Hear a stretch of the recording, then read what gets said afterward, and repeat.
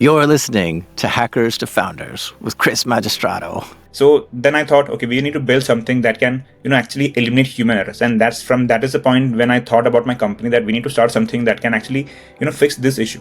This is Hackers to Founders, a podcast about cybersecurity professionals who have reached the pinnacle of their cybersecurity expertise and have ventured into new frontiers, whether it's launching innovative startups or making impactful investments in our industry. My name is Chris Magistrato, and I'm a vulnerability researcher best known for traveling and meeting hackers from all around the world.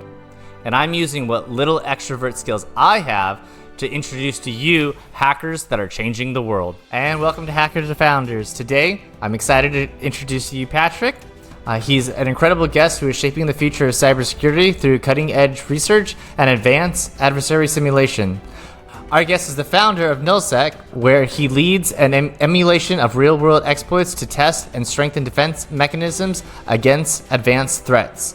He's the founder of ShadowMask, a pioneering malware development division under NullZec. As the founder, he is building an innovative security solution that eliminates human error and fortifies employees against cyber threats like ransomware, malware, and phishing, allowing organizations to operate securely without constant cybersecurity awareness training. Under NullZec, Under NullZec, he has created ShadowMask, another tool utilized for adversary simulation. Welcome to the show, Patrick. Thank you so much. Thank you so much, Chris. How are you? I'm doing great. Today is a terrific day. It's Tuesday and we're getting through the week, just as we always do. And don't forget to like, comment, and subscribe to the channel. It really helps. And if you're on Spotify, please give us 5 stars. Thanks. With that, I would love to hear a little bit more about your journey starting your company. But before we go to starting your company, I'd like to hear more about, growing up, your experience in cybersecurity and any other areas of entrepreneurship that you've encountered. Sure. Thank you so much for that. So the journey in cybersecurity started when I was in my 10th grade. So since then, I was doing my research and development in terms of penetration testing. That's where I was mainly focused in. And slowly, when I was doing research, I got to know about bug bounty programs and the cybersecurity research and all those kind of stuff. So I was like, let's do something in it. So then once I got my laptop and all those kind of stuff, I was researching on how cybersecurity works and how penetration testing works and how hackers take advantage of, exploits or vulnerability that is present on the internet. So from my early days, I was learning by myself, and I was trying to do a research and, enrolling in bug bounty programs, responsible disclosure programs, and playing CTFs. And that was my initial days when I was doing my undergrad and, masters. And since after that, I got more interested. I got into hardware hacking, radio frequency hacking, and IoT hacking, and all this kind of stuff. So in the initial days, I was like, I want to tinker around with the hardware stuff to build something, that will looks like a kind of hacking. That will look like something that we are seeing in the movies, right? We are actually of course. some kind of hardware in some devices, and we can get remote access. So I was more curious in terms of hardware hacking.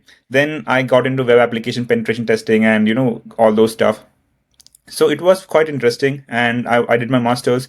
During those periods, I was building a kind of hardware, red teaming hardware, which looks like a power bank, but it will once you charge your phone, it will extract the data from that phone, from the device. So an attacker can control how the user is using it. So basically, it's a kind of red teaming tool. Hardware. So the whole software and the hardware is completely developed by my side in those days. And so that's how it was going on the initial days. And then I was doing my work, doing some freelancing, doing some contract jobs.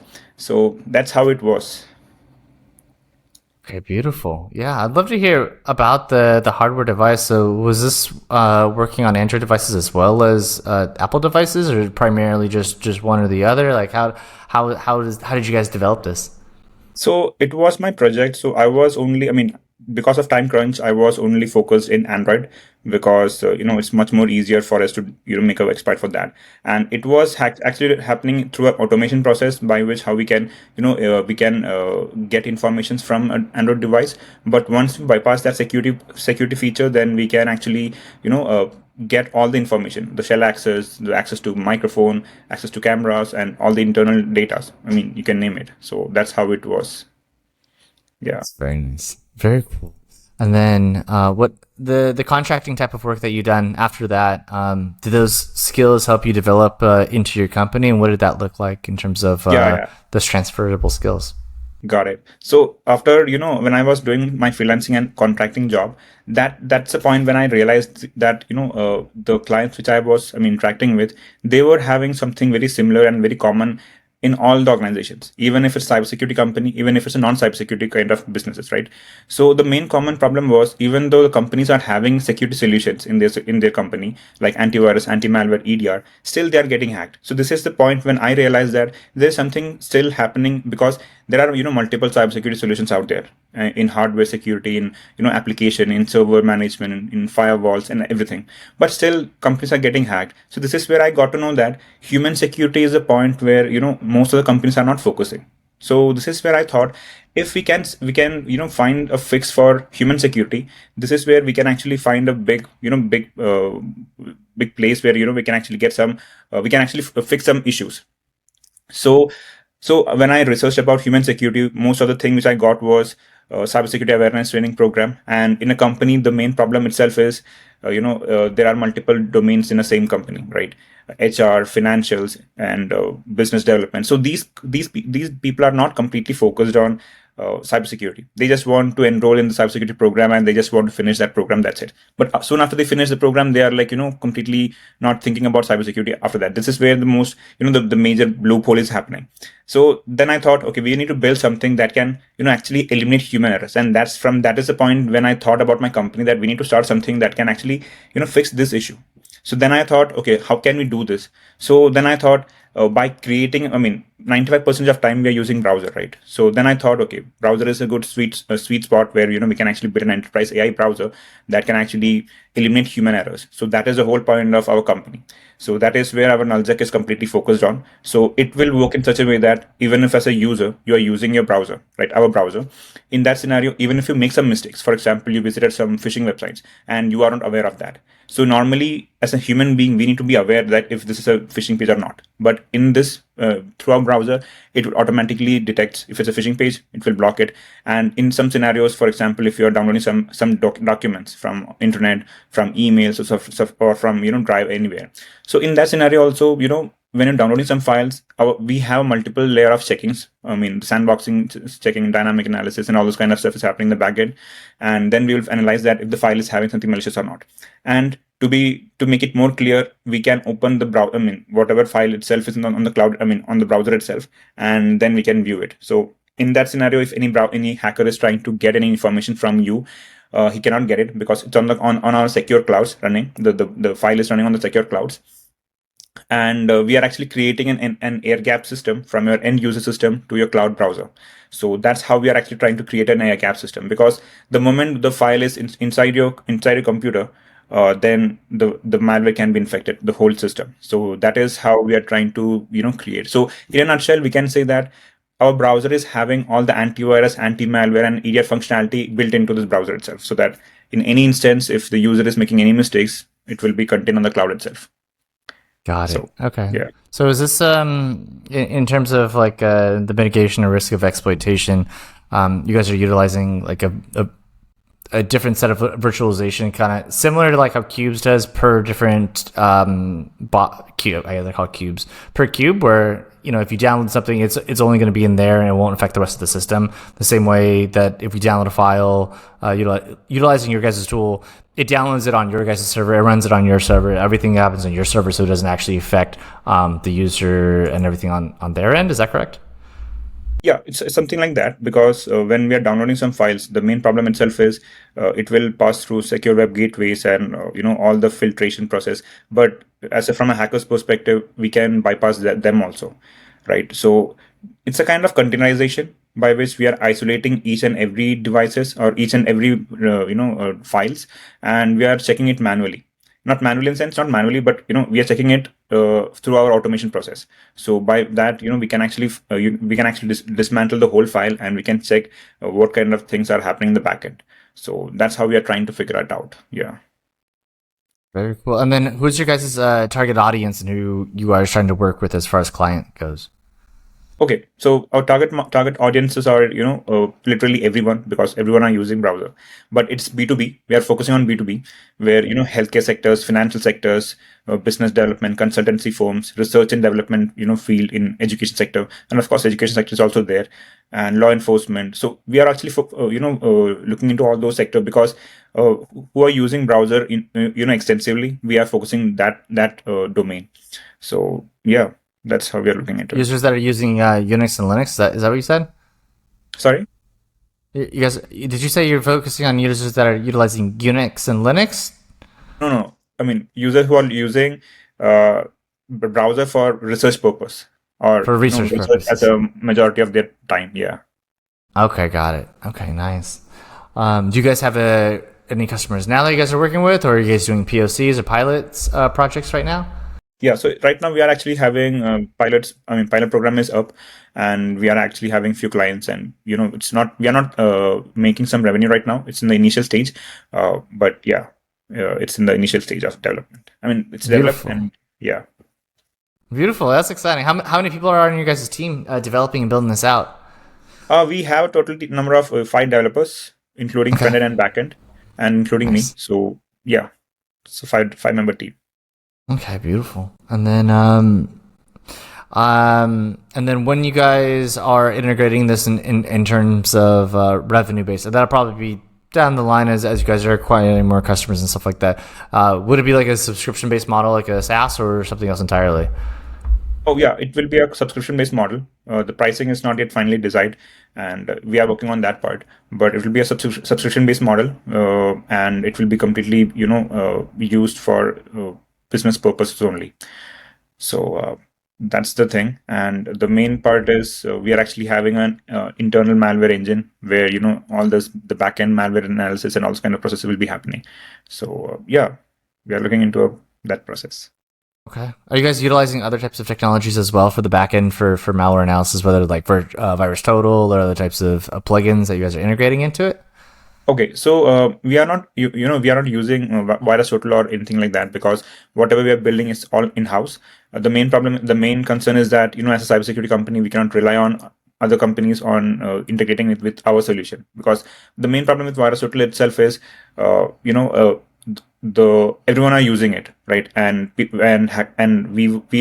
ourselves were able to bypass Virus Total, their detection and everything. So if we are also using it public library, then it will actually cause a big serious problem. But if you are building it in house, we can actually analyze the file, and even if it's a zero-day malware, or even though the malware signatures are not known, we can still catch them, because Virus Total catches only known signatures, known malware signatures.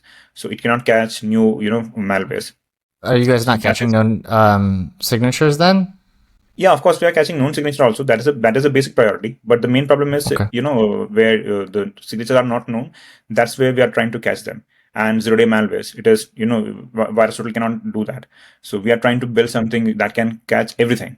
And yeah, and this is in terms of malware engine. But apart from that, we are actually implementing zero trust architecture also, by which even if a hacker is getting your backend access, he cannot literally have any of the access to your browser's backend, because it's a cloud browser.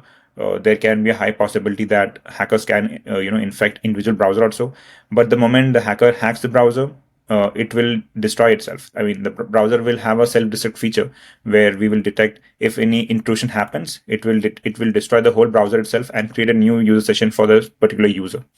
So that is how we are trying to implement the zero trust in this browser. It's such a unique and interesting business idea. How did you guys create this idea? Yeah, I mean, the whole idea itself is for eliminating human errors. So we are not we are not a browser based company. I mean, we are not an enterprise browser company. We are a company where we are focusing on human security. That is where our company's focuses on eliminating human errors. So by using our browser, the main feature itself is that user can use the internet with regardless of any security concerns. So even if they're using their browser just like that, even if they click some malware or something like that, it will not infect their end system. And the best part is we are actually blocking multiple advertisements, ad trackers and all those kind of stuff. We are tracking in the cloud itself. So there will not be any possible way by which a hacker can do a kind of malvertising, right? So it will not be possible through our browser. And yeah, so our browser's main focus is on core security and human security. So that is how it will be working in there. This is how the business we are trying to look into. And for the browser, is it also utilize? Are you also building it out for mobile devices as well, or primarily for desktop? Oh yeah, we are actually building for that also. We are also building into mobile development and iPad also. But as of now, it's in the early stage. So Yeah. So, what's in the development pipeline? What is your development team and engineers building over the next, I don't know, each quarter, 3 months, 6 months, 12 months down the line? Okay. And then operation wise, what are you doing to get the POC or the pilot into more people's eyes, reaching out to everyone, handshaking, doing all that stuff, 3 months, 6 months, 12 months? Oh, got it. So right now, to expand the development process, we have few more developers who are ready to, join us. But we need to, we are in a phase of raising investment. And once that part is done, then Okay. So once that part is done, then we have planned to make it more secure in terms of building the browser from scratch. So there are many more things in backend. Everything cannot be disclosed, but few things which I can tell you is that we will be using we are building the browser from scratch, and it will be used completely, taking consideration of security in the backend, because from a hacker's perspective, it is much more easier for them to hack anyone. This is where the defensive solutions like EDRs and antivirus are failing.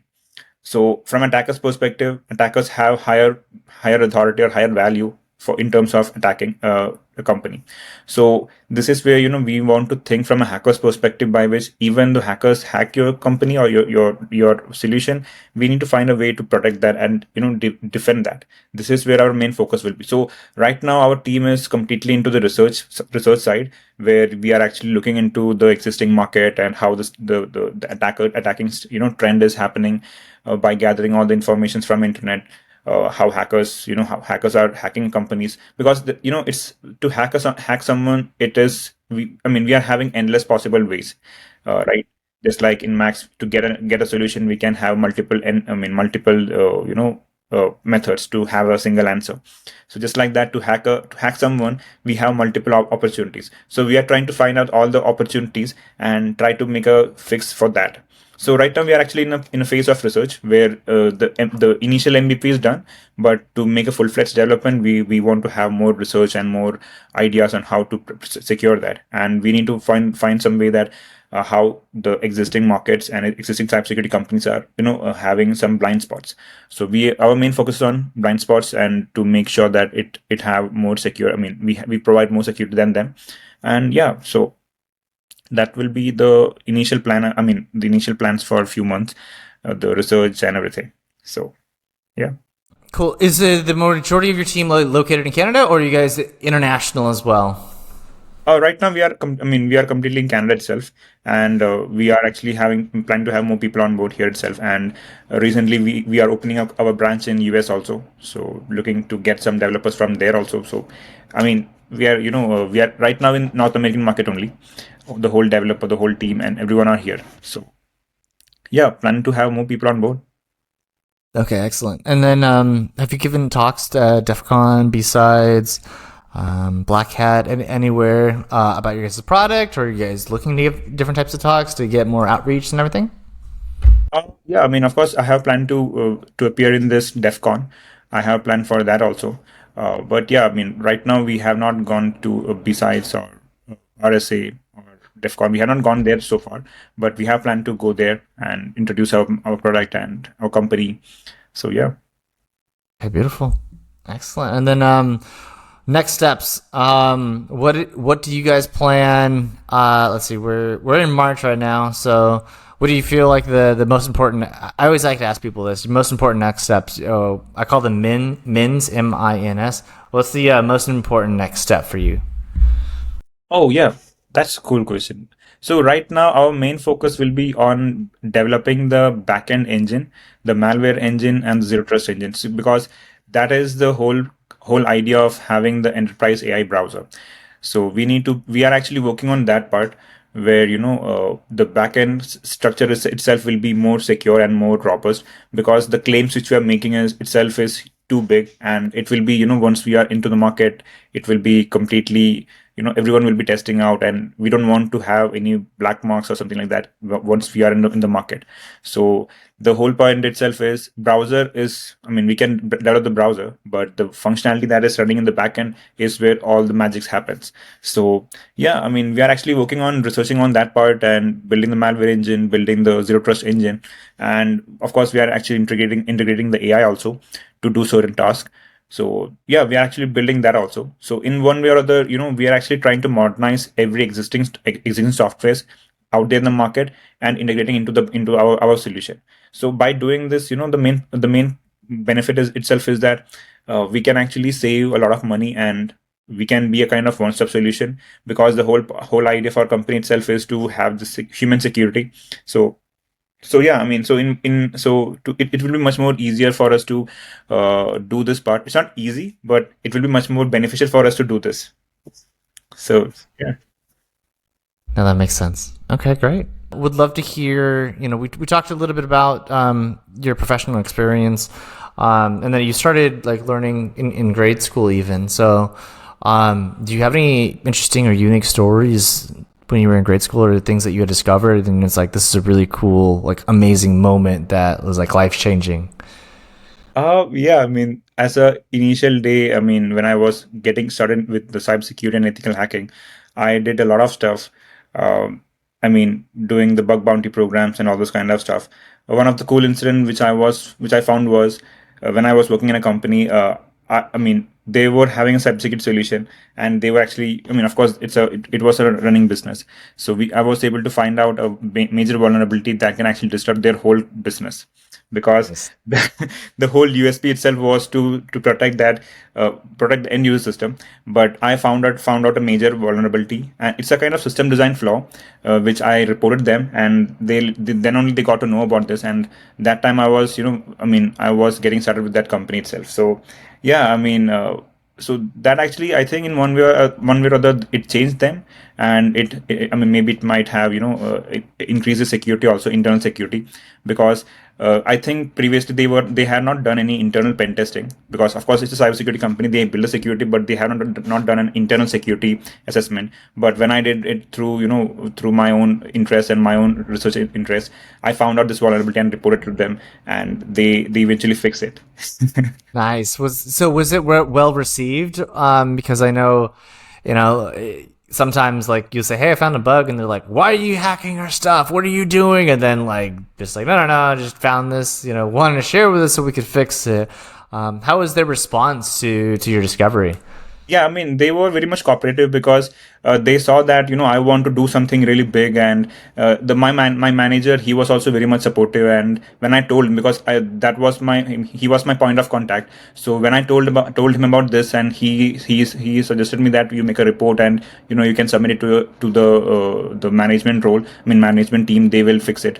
So I mean, the company was really cooperative, because I was on my initial days, and finding out something very, very serious bug was a game changer for them also.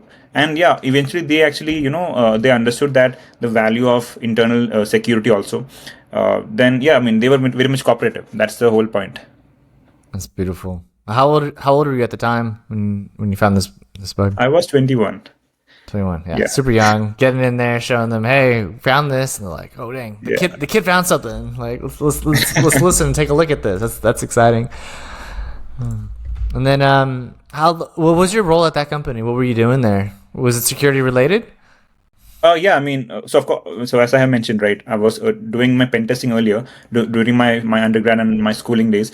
But my first role was into system admin, and that is the time when I found out this vulnerability. Because as a system admin, I was having access to everything, right?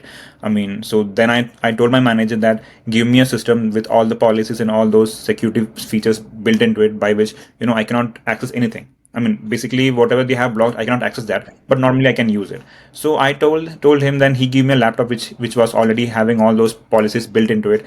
Then I tried to find some methods, by testing it. Okay, how we can bypass this. Then I figured out, okay, this is how we can bypass, and I show it to them, and he was also quite impressed, and yeah, it was eventually solved. That's beautiful. That's beautiful. The work that you were doing there, so did you work, you said you were pen testing, so were you working in doing internal pen tests at that company, or was it clients that requested different types of pen tests that you would help them out with different types of engagements? Oh, in that company, I was not doing a pen testing, but You said sorry, it was server admin. Yeah, system admin, yeah. System admin, okay. Were these like Windows servers, Linux, something else entirely? It was completely Linux because I was also familiar with Linux a lot. Initially, I was using Linux only for a long time. So I mean, yeah. So initially, I mean, they were not having any internal pen test team, and I was also not doing pen testing. It was just out of my curiosity, I just want to do some cool research things from my side. So that's why I did this. And yeah, but the best part was once I find out this vulnerability, they eventually formed a VAPT team. But again, we were not having an internal team, but I was the one who was actually maintaining that also. So yeah, I was having multiple roles in the initial days. That's super exciting. That like you helped them not just increase like this one bug, but you basically built the entire internal security posture around this, saying like, "Hey, this is something that we need to be figuring out because if we don't figure it out, the other people are going to figure it out." Which is super exciting. That's very rare for people and individuals to be able to do that, especially going from a technical side and being like, "Hey, I found a bug," versus like, "Hey, found a bug, big deal. We should do something about this." You know what I mean? So it's true. Nice. Do you know what the vulnerability? Are you able to speak and remember what the vulnerability was if it was a Linux system? Oh, it was a remote code execution by which I was able to bypass that. It was a proper code execution, and it was a server misconfiguration also, and that was leading it to a remote code execution. So yeah, but yeah, that's how it was working that time. Yeah. Nice. Beautiful. And then after that, after you were at that company, what brought you over to your next opportunity? Yeah, so after that, I was planning to move. To do my masters, because I was having some big plans. After doing my masters, I want to have a lead role in cybersecurity, because during those times I was not having any plan to start my company or anything like that, because I was not into business background from my any. I was not even thinking about business. But eventually, once I was doing my masters, I was doing some freelancing work, some contract works. Then I started to realize, there is some major flaw in cybersecurity market itself.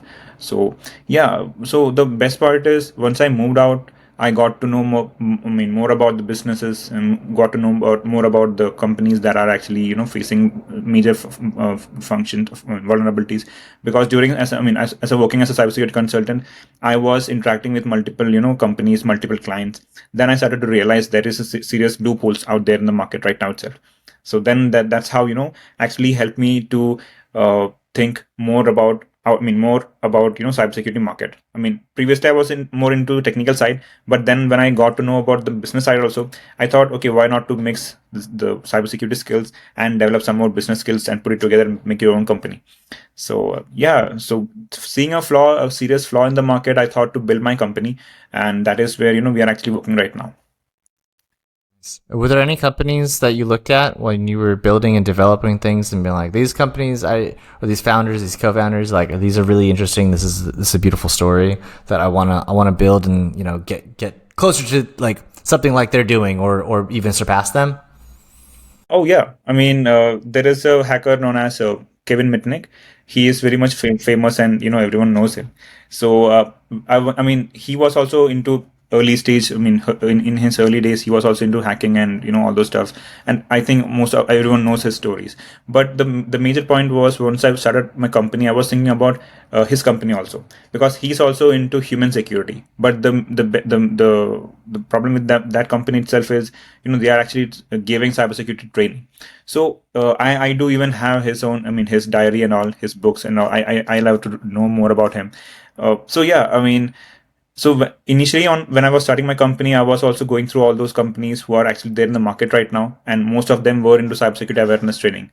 And this is where I thought to add some, AI, some automations and all those kind of stuff into it to make it a bit more secure. Because right now we are in a time where, AI is booming, and the technology is also very much speeding up, right? So giving an awareness training to a human is not that much efficient. If it's even if, from a cybersecurity person's perspective, even sometimes we also make mistakes, right? Even if we get a phishing email that looks very much convincing, sometimes we might click it thinking that, okay, can be a, real website or something like that, but we don't know what's exactly happening in the backend. As a human being, we are also limited to what we are seeing, right? We cannot look through the servers. So I thought, this is where we can actually build something very robust, where even we also make some mistakes that can be instantaneous. It can be, by lack of consciousness. So all those things cannot be, that cannot be that much worth for a company to have that kind of breach. So that is where, I thought making all the existing flaws in the market and putting it together and giving it a bit of, technical side and a bit of AI and all this kind of stuff to make it a bit more secure. So yeah, that is how it is working. So you mentioned like people receiving links and clicking them. Hacker to hacker, do you ever click like these links like more securely? Like you see the link and you're like, I know this is probably phishing, this is probably malicious, but I want to see what this is. Do you? Yeah. I do it. I'll open up like another browser and like do as much as I can to like make it comfortable or whatever the case is. If I try to go like more like deeper. Like if it's like if I'm on Linux or something and I'm more secure, I'm like, oh well, if it's malware, whatever, it'll probably be fine or something like this. Do you ever like click or try to figure out like or throw it into somewhere else to see like what it looks like? Yeah, I mean, of course, the curiosity in myself is of course there. I need to open up and see what is there inside this, website. So sometimes the main problem itself is, sometimes we have the devices, right? Sometimes we have our computer, we have our system to open it up in a secure environment. Sometimes we don't have it. For example, we are traveling, right? So that is a point when we don't have a opportunity to open it. But so for example, when we are opening it in a secure environment, for example, in a VM or something like that, then we can actually isolate that instance, right, by having a VPN, putting that link into a sandboxing environment, and we can open it. So of course I do have that curiosity in my mind to see what will be happening in the backend. But if you have noticed, when once you're traveling to a new country, you'll be taking a SIM, and then there is a possibility that you will not know what kind of scam is happening in that country. Because when I moved to UK initially, I got some phishing links that was very much convincing, because I recently ordered some packages from Amazon, and I was getting a link based on that. So of course I want to have it. I mean, I was supposed to get a package today, and the same day itself I'm getting a link related to Amazon saying that your delivery have been postponed because you were not there. And I mean, I was in my home, I was waiting for that, but I got the same link. So that put me, in a suspicious way to think why it's not delivered. So once I opened that website, it was completely very legit. And the point when I realized that it was it's a phishing page is when they were asking for money, so saying that they asked for money, not asking for a password. They just want money. It's like, why does this make sense? Okay. I mean, all those things were already paid and were supposed to be delivered. So yeah, I mean, hackers are very, very, very, very smart, right? They are trying to find out innovative methods. One thing that you did mention is the cybersecurity awareness that Kevin Mitnick did, and a few other things. And sometimes it works, sometimes it doesn't work. I've heard from other founders and stuff like that with other types of businesses, what they'll do is they'll do the cybersecurity awareness. Sometimes they'll charge like a nominal fee, or they'll do it for free even, but they'll use that as a lead to then negotiate like further services and stuff like that. So they actually just like use it as the funnel at the top and try to bring people in through like, hey, you want security awareness? Have you had one this year? Do you need one? Do you want one? Here's some free information, whatever the case is, just to get them in the door to be able to then sell them more stuff, just as like a sales process. Yeah. Have you heard of this or Yeah. Yeah, I mean, I have heard about this process, because initially, if you are giving them a small, demo by which it will not cost them, it will just cost their time. So if you are giving some kind of demo, then it will be helpful for us to get an initial sales pitch by which we can show our talent, and we can convince the team management saying that, okay, this is what we do. Once you take our services, we have much more expertise people on board, and your company can be more secure. That is true. That is where we are actually focusing on our malware development company, that is Shadow Mask. So how it works is, of course, our NullZec is actually having this enterprise AI browser. So that is what we are selling. But to make sure that how we are actually protecting those, the browser itself is through our Shadow Mask, because we are having internal security auditing software, C2 toolkit, where we are actually able to build our own in-house malwares and in-house exploits that can be detected, and that can be actually detected by our in-house malware engine, because Shadow Mask, the malware development team is actually building the malware, and they are the one who's actually building the malware engine also. So the hacker itself is building the attacking software and the backend solution. So whatever whatever the file itself is, even if it's a malware, even if it's a not malware, the malware engine can detect that. So this is where our internal auditing solution is actually coming in. So for example, if I want to give you a demo, so I can show you that how a real world hackers hack you, and we can show actually a comparison demo using a normal Google Chrome and using our browser. So by doing this, we can actually give them in a sense that how we are actually protecting and how a normal browser is actually using. Because the major flaw itself is, if you have noticed, in corporate, everyone are using, most of the companies are using home-based browser, that is Google Cloud. Sorry, not Google Cloud. Chrome browser, Chrome. Yeah, Chrome. Yeah, Firefox or Safari. This is what everyone are using, but it is okay. But the major problem itself is, if a malware comes in, these browser cannot they cannot handle that. Yeah.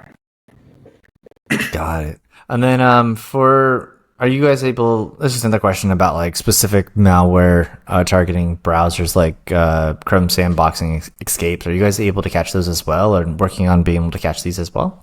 No. That part is completely clear, because sandbox evasion techniques are also there, and we are completely aware of that also. Because there are multiple ways by which we can malware can evade a sandbox, evade detection by doing multiple evasion techniques are there. And even if I want to make sure that if I want to bypass a specific set of solution, I can get I can just test and a kind of trial and error process by which I can find out if our malware is getting detected or not. So in one way or other, we can actually catch them. If you have noticed, the zero-day malware itself is very much sophisticated, and it's not that much easy to detect.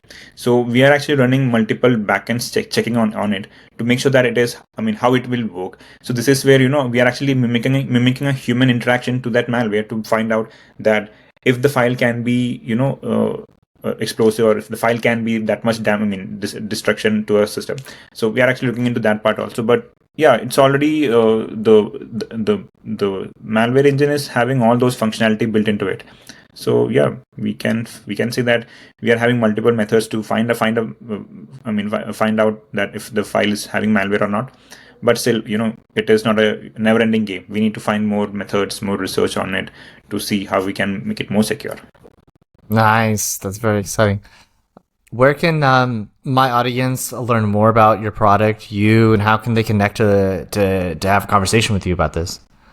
Oh yeah, the best part is you can connect me on LinkedIn, and this is where I'm most of the time I'm active, and of course you can reach me through my email also. So I can give it here itself. So you can just visit that my email so that you can reach me out. But yeah, LinkedIn will be more interactive, because I'm more active here and finding out how we can connect and how we can network, even if it's through building a business together, building a partnership, or hiring. So everything is going through LinkedIn. Exactly, and that's where our company, Top Cleared Recruiting, comes in. Finding the right cybersecurity talent with the necessary clearances can be a major hurdle. Did you know that it could take 8 to 15 months on average to hire somebody with a TS SCI plus full polyscope?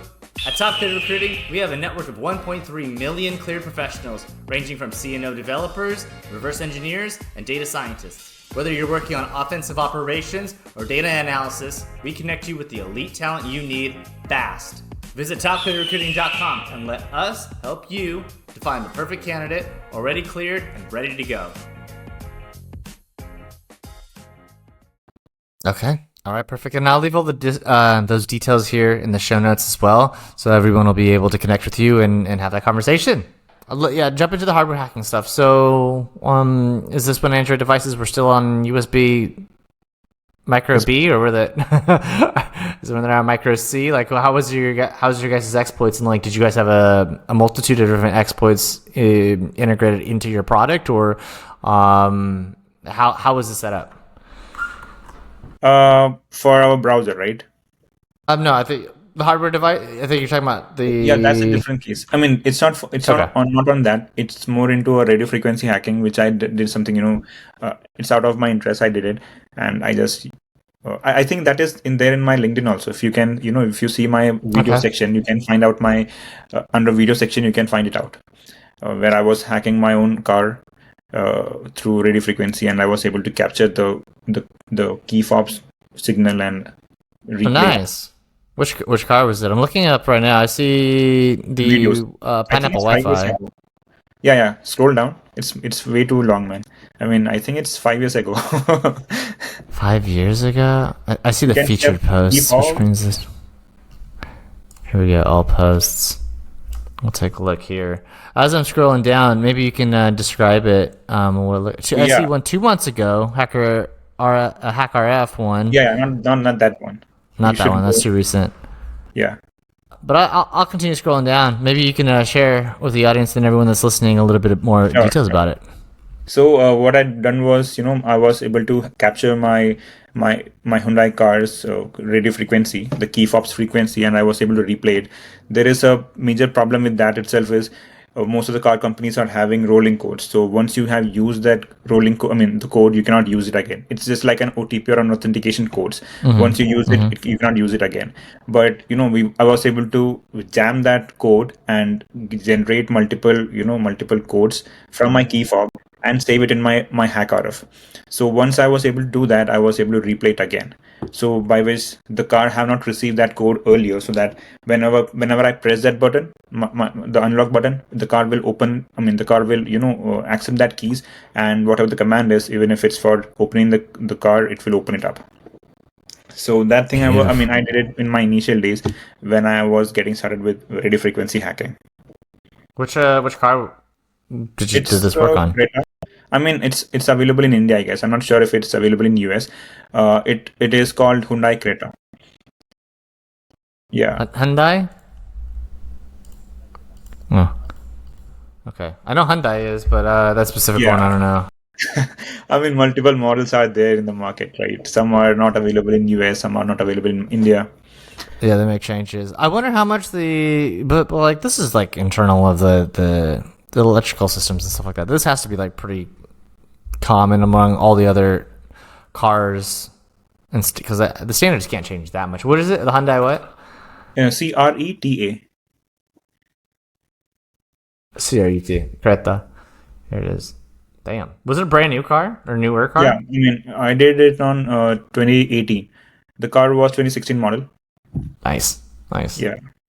That day, during those days, most of the car manufacturing companies were known about this kind of vulnerability, and this is where they're actually fixing to fix this vulnerability, they were using rolling codes. I think by 2008 or 2006, I'm not sure about the time frame. I think, but by that time frame itself, they have started to implement rolling codes. So by doing this, we cannot use the same key fob signals multiple times. So even if you have noticed that once we are clicking our key fobs, it is connecting to our car only, even though it's on the same frequency, it is only communicating with our car. So why it is happening is mainly because the car, the transmitter and receiver is on the same, on the responder, the key fob and the car. So that's how they are communicating. So once the car is receiving that code, it cannot be used again. So when I click next time, whatever the button itself is, it will create a new code, and that will be used for the purpose. But these two codes will be they are in a synchronous system where they know, the car knows. I see. So if you press it 1, 2, 3, and then it reads it as 3, it won't accept 1 and 2 Yeah. after that. Is that what you're saying? Okay. Yeah, no, That's it will accept it. It will accept it, but the problem is once if you have used 3, it will not accept 3 again. okay. Yeah, But you so said you could like intercept it and then like block it from using one, and then you can reuse it. Or I mean, use it once. So for example, still I have works. used 1, 2, 3, and the fourth key I have not pressed it. I mean, I have pressed it, but the card have not received it. So The card card I is haven't waiting for gotten the it. fourth. Yeah. Yeah. Yeah, the card is waiting for the fourth key, but I have used 5, 6, 7. So wherever I have intercepted that fourth key, I can just replay it. So then once the card receives it, then it will open it. I mean the command. Did they fix this, or they haven't fixed this yet? I'm not sure about that. I mean, right now, I have not looked into that part much more in depth. But Yeah. I feel like Okay. they might have found a fix for that because it was a vulnerability way too ahead. I mean, way too far back in time. So I'm not sure. I mean, I think they might have found a way to fix it. That's beautiful. Nice. And then and it looks you've done other types of work with RF signals as well. I mean, there's another one where you were looking at the hack using hack RF. Yeah. So that was, I think, intercepting the radio frequency. I mean, the FM radio frequency by which we can actually get whatever frequencies are running on the on the air. So I think that was. I mean, this was all my initial days when I was trying to figure it out how an SDR works, because software-defined radio itself was a new term for me, and since my curiosity in hardware hacking also was too much into it, I was trying to find a way by which how we can get the information. So the whatever I have posted on the LinkedIn itself is the FM channels, the radio channel. So that's what I have posted. But one point of time when I was doing my information gathering stuff through my SDR, I figured out a way how we can actually intercept the wireless communication. I think that was an amateur radio communication, but I was able to hear some voice, but because of intercepting radio frequency is not legal. It is not it's actually prohibited. So it should be only used in a controlled manner. If you're using it on yourself, that is fine, but if you're intercepting someone else communication, that is illegal. Is that illegal in Canada? In the US, from my understanding, if you listen, it's okay, but if you broadcast, then it's like not okay. I don't know about Canada. In India, both are illegal. If you're using an amateur radio, that is fine. But if you're using something else apart from that to intercept a communication, that is illegal in India. I think you are right. In North America, it's you cannot transmit anything. You can only receive anything, right? Yeah. I think that's correct. I was at my first experience was with Hack RF. It was I had a little cheap software defined radio, plugged it in, and then a GNU radio. Yeah, a little SDR. A GNU radio at DEF CON, and I was chatting with my buddy, and he was like setting it all up, and so I was like, yeah, take a look. And then we would see airplanes, specifically their airplane number, name, and then the longitude and latitude of like where they were at and everything. And this is at DEF CON. So there's like 3 of them that were like legit like ones or whatever. And I was like, oh dang, like is this legal that we're doing? He's like, it's legal if you listen, but it's illegal if you broadcast. And then like there was like 5 other ones that were just like fake names and fake like longitude, latitude. I'm like, well, it's DEF CON, so I guess people are just messing around. breaking stuff, doing illegal stuff. But it was very interesting to see that type of work. I also bought like a Blade RF, which you're able to capture 5G signals as well, and LTE. And that was interesting. If it's 3G, the entire everything on there is like clear text, so there's no encryption at all. It's once you go to LTE and like 4G and 5G. I don't know if it runs 5G, but like at least LTE and 4G, you can utilize encryption and stuff like that. So there have been different types of attacks where you can like, if they're on 4G or LTE, you like de-auth them off of it, and then it defaults to 3G, and then you start sniffing as well. But that's true. illegal. That's also completely illegal. That's illegal as well. You can't do that. Yeah, I mean, Blade RF is having a higher level of control than Hack RF, because Hack RF is a half duplex radio transmitter and receiver, but Blade RF is a full duplex. So Full duplex, yeah, yeah, you can send and receive it in same time, just like our normal phones, right? How we're communicating. So Blade RF is actually also used for building multiple other projects. For example, IMSI catcher, if you're aware of that. Yeah, exactly. I tried to set that up. By the time I was working on it just to play around and see it kicking off, it was deprecated at that point. I was like, shit. And I was trying to figure out okay, what do I got to do to fix it? And I just never got it up. I still have the hardware. It was at this point, I'm going to tell you and my audience, is at this point I realized if I purchase a lot of money in hardware, I rarely ever use it.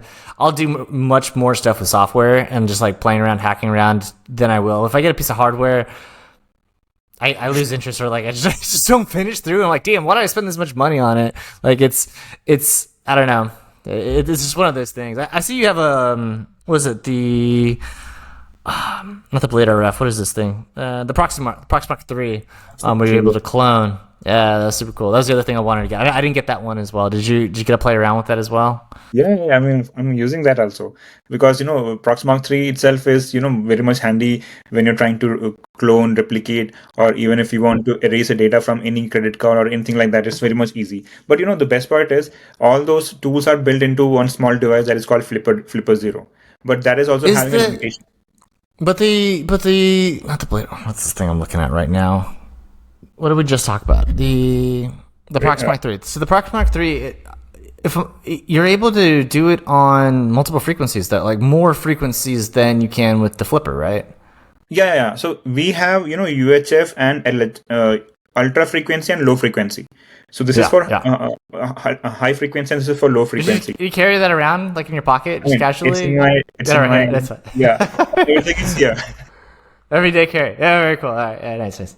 I mean, everything is here because all my stuff is in my place itself. So even if I want to do something, all of a sudden, then I will just use it. Yeah, you just got it. Yeah. Perfect. Yeah, everything is set up in my system. I mean, in here itself. So, yeah, I mean that's true. For more than Proxmark 3 is having much more frequency channels than a Flipper Zero, because Flipper Zero is not it's not an all-in-one tool, but it is a kind of all-in-one tool where you can actually have you can actually do some stuff with some limitation, but it is not an actual hacking hardware. It's a kind of toy which you can use for you can tell that I'm a hacker by using Flipper Zero. But SDR itself is a dedicated software, dedicated hardware that is for hacking, just like that. The Proxmark 3 also, it is having two frequencies. Even if you're using low frequency or high frequency, you can clone, you can emulate, you can erase data. There are many more things to it. And there is a device called NFC kill. It's 3:00. Are you aware of that? That is 3:00.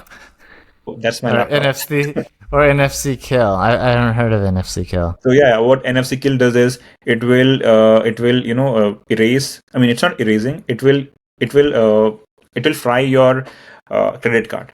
So yeah, it is. I mean, if you have noticed, there is a chip inside. Securely destroy RFIDs. Is this override it with zeros or ones, or how do you? No. It will blast give you. it. It will do it will send high electromagnetic radiation to your device. I mean, to your card or NFC device, and it will eventually fry that internal device. I mean, that chip.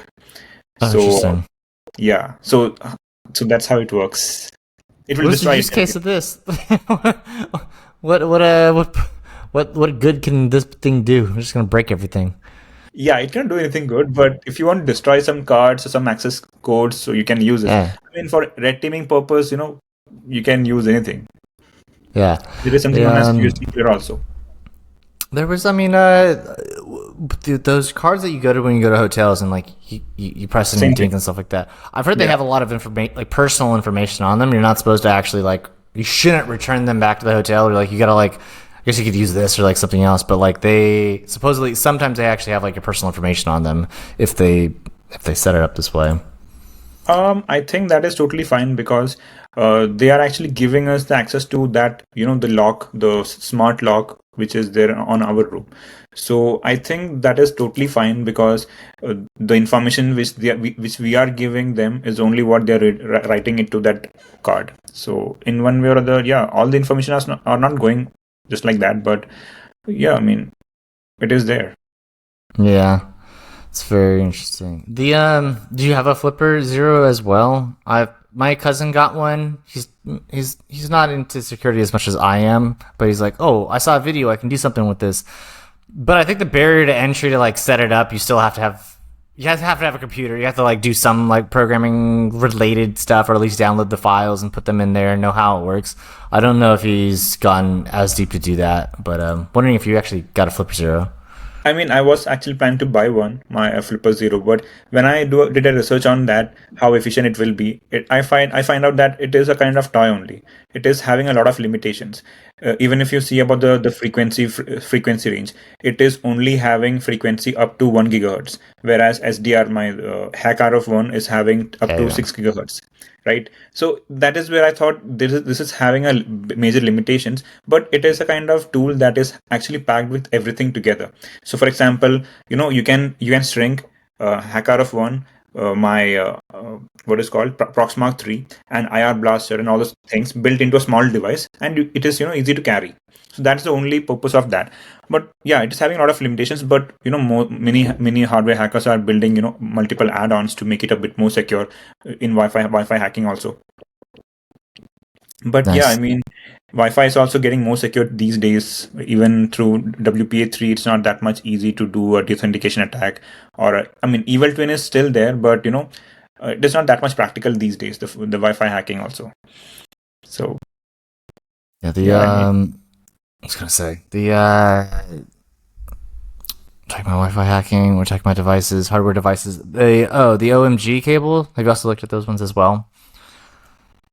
Yeah, I mean, I have not purchased that. I have seen a lot about OMG cable.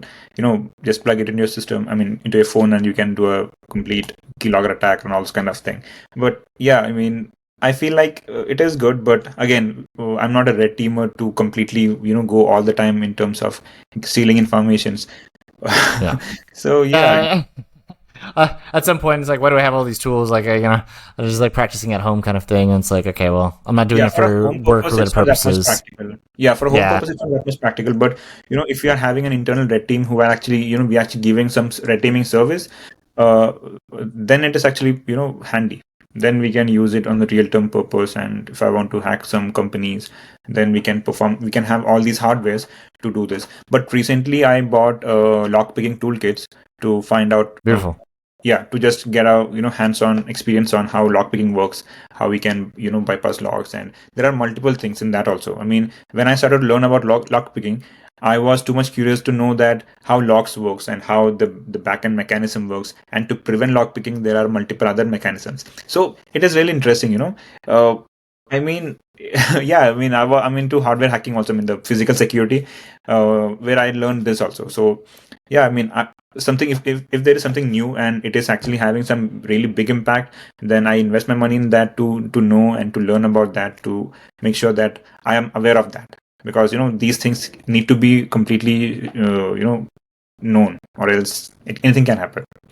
Yeah, definitely. There's like some quotes like "locks keep honest men out" or something like this. It's like when you realize how like easy like locks are, it's like, yeah, this is pretty simple and stuff. Yeah. Currently, I'm in Italy, and they have different types of locks here. Maybe India also has different types of locks. The United States, there's one lock and that's it. There's just the turn lock. What is it? It's not a wafer lock. A tubular lock. It's like the only lock. Three pins, sometimes more than three, but generally just has 3 pins, and that's it. Like that's every house in America, every elevator box. It's just that. Like the U.S. when it comes to physical security, the U.S. is probably the worst. Europe has better physical security in terms of locks. Most places I went, even Colombia, Latin America, a lot of places had actually better locks than America. I don't know what it is. I think it's just the ease of like installation. Here you go, boom, done. And then the other thing is like strike plates, where like you can have the strike plate, and then like if it's installed correctly, great. If not, you can kind of just jimmy it in or like pull hard, and then doors break and stuff like that. Yeah, I spent a lot of time in the Lockpick Village and DEF CON, and then I did like some of the competition and stuff like that. It's a lot of fun stuff. It's a lot of fun, especially when you're just like go through these locks and you have to go as fast as possible.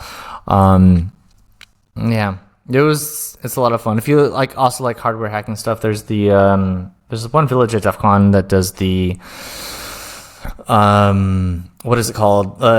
Bomb diffusion. So basically like it simulates like, oh, there's a bomb here, and then you have to figure out where the sensors are. There's a magnetic sensor, light sensor, weight sensor, a few different sensors that you have to play around with and figure it out and stuff like that. So we did that. I got to the finalists on that as well with my buddy and me, and that was a lot of fun. Those are some of the fun things. Have you done any of the competitions or things at DEF CON, or played around, run around? Yeah, I mean, I have not, participated in DEF CON yet, but I really have a wish. I mean, I really wish to participate maybe this year. Yeah, definitely this year. Come out this year. Yeah, I mean, looking forward to it. Yeah. So yeah, I mean, I have a plan to visit DEF CON to meet multiple hackers, because this was in my mind for a long time, and yeah, I mean, to get a good network and to know more about hackers and all those things. Networking, connecting with people. Yeah. That's my main intention, to have meeting with them and see how it goes. Yeah, you'll have a lot of potential leads as well. If you talk to people, it's like, hey, building this out, this product, you'll get different ideas and stuff like that. Maybe even introductions to other types of people that are looking for this type of business and stuff. So definitely recommend checking it out. It's like at the peak, it was like 30,000 hackers. It's fucking the mecca. I have heard a lot about DEF CON. If you're going to DEF CON, you should not take your phone. You should not do this. You shouldn't do that, because if you are doing things where you're worried that like a 3-letter agency is going to be looking at you, like and I'm talking like you're doing a lot of work, hundreds of thousands of dollars, if not millions of dollars of work. Yeah, then you got to go really high OPSEC. If you're just regular user, yeah, you're fine. Like no one's gonna like care too much and stuff like that. There's no, you're fine. It's like anywhere else that you go and stuff like that. You just be more secure. Just be secure about your stuff. I don't know.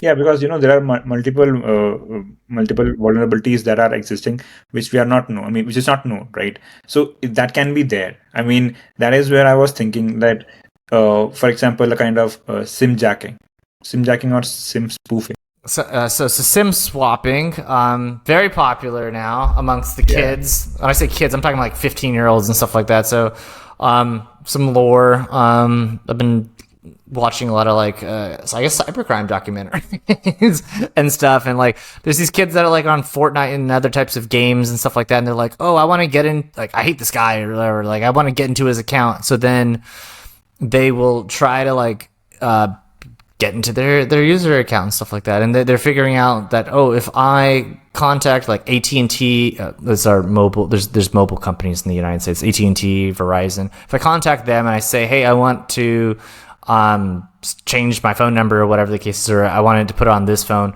that the person at the place will sometimes do it if you coerce them, if you pay them, or do other types of stuff. So then they'll do that over, and then they'll be able to say password reset, send me the SMS, now I'm in, and then they get access to the account and do everything else. It's in terms of cybercrime, they shift from like doing video games to then doing like crypto heists and stuff like that. And it's like, well, if I do this, I can get into this guy's crypto wallet and then go this way. So it's been a progression of like crime moving towards that way.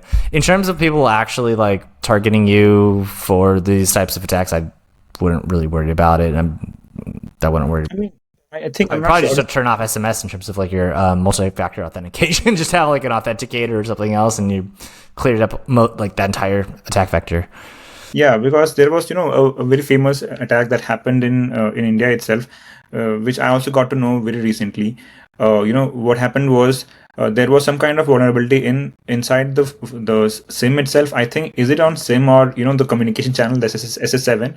I'm not sure where it was, but what it was doing is, even if I don't know your number, even if I send a text to your number, right? I mean, for example, I know your number and I'm sending my text to your number, and that you're not doing anything.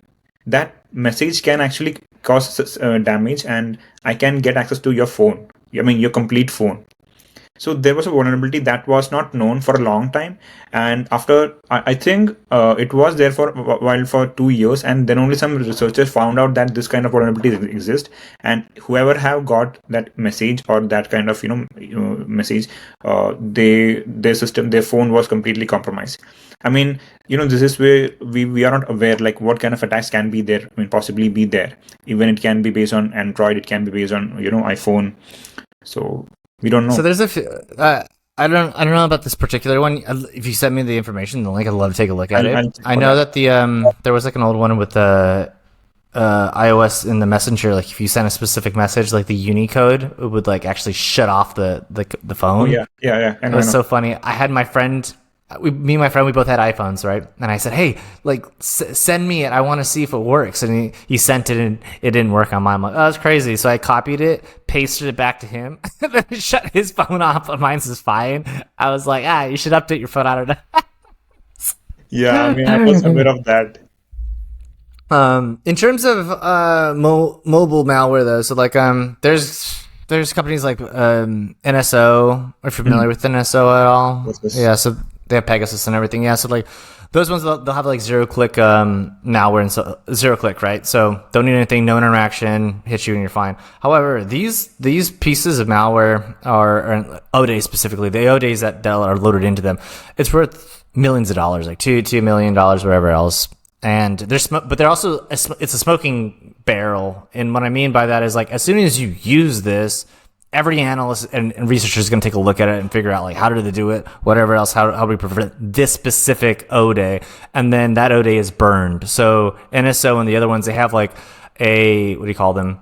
An arsenal of different ODAs all stacked up, ready to be used. So when thinking about like this is what I usually tell people, like, oh, people can hack phones and stuff like that. They can, but the question is like, are you worth $2 million worth of a smoking gun? You might be, you might not be, but most people aren't. And I wouldn't necessarily like spend your entire life worrying about it. If you do worry about it though, then just turn off SMS, and then just, if you're really concerned, you can also just throw your phone in a Faraday bag. I think there's a company called Mission Zero.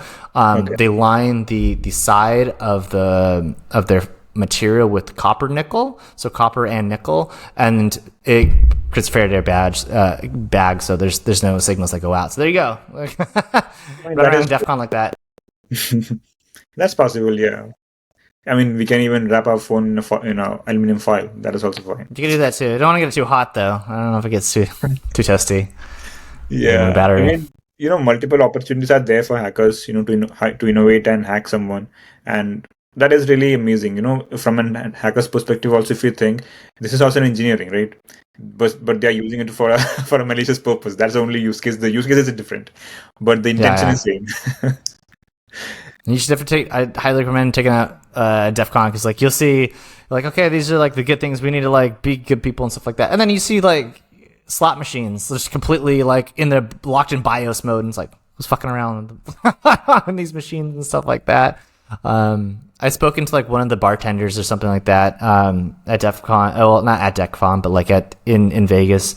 And I was having a conversation. I was like, "Oh, hey, how's it going?" And it's like, "Great." I was like, "What are you guys here for?" I'm like, "Oh, we're here for DEF CON. It's like a cybersecurity hacker thing." And then they're like, "I hate you guys. You guys like destroy everything in Vegas or something." I'm like, "I didn't do anything. Maybe somebody else like did something. I don't know." But like, shit, a lot of feelings about it. I was like, oh, "Okay, well, thank you for my drink. I'll just go somewhere else then." But well, yeah. Do you get to interact and like meet a lot of other people in cybersecurity where you're located in either Canada, UK, or India? Yeah, I mean, I have a lot of people who are into cybersecurity, pen testing, malware development, and all those things. So gathering knowledge from everyone and trying to build something more secure. So yeah, I mean, everyone is in touch. Most of my team are all in touch, and for any new research, any new update, we also have we also share the news within ourselves. We have a group actually. So whatever kind of information is out there in terms of okay, there is some information leaked in dark web or something like that, or a new vulnerability came out there. So we have a community where we all together share all the informations just to keep everyone updated. So yeah, few of them, Oh, very few of cool. them still do bug bounty programs, still make some money out of it, and even they have found few many 0 days also. So many things are happening in the back end, but yeah. Nice. I started recently reading more about the HackerOne reports and like just going through them, and I'm like, in my head, I'm like, these aren't that sophisticated. Like, why am I not looking for bugs? It's like, this is how you found something, and this is how much it's worth. Like, the more I read them, I'm like, well, I just need to like start playing around more because yeah, it's like some of them are pretty easy. Some of them are quite like different and unique, and those are the most interesting ones because then I'm just like, wow, I would have never thought about that. But now that I'm thinking about it, I wonder how many other servers might be vulnerable and everything else to this. Yeah. So the best part about bug bounty program itself is once you get a bug, then we can. So for example, I found a bug in a specific server.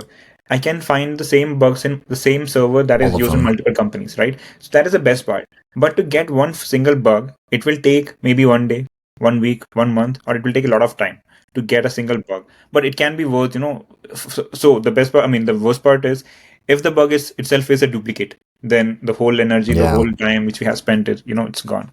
But that is the whole point of, bug bounty program. First come, first serve. If you find it early, then you can pay. You'll get paid for that. It's all about luck, time, and efficiency in how we are working. But of course, you can give a try on that also. Bug bounty programs.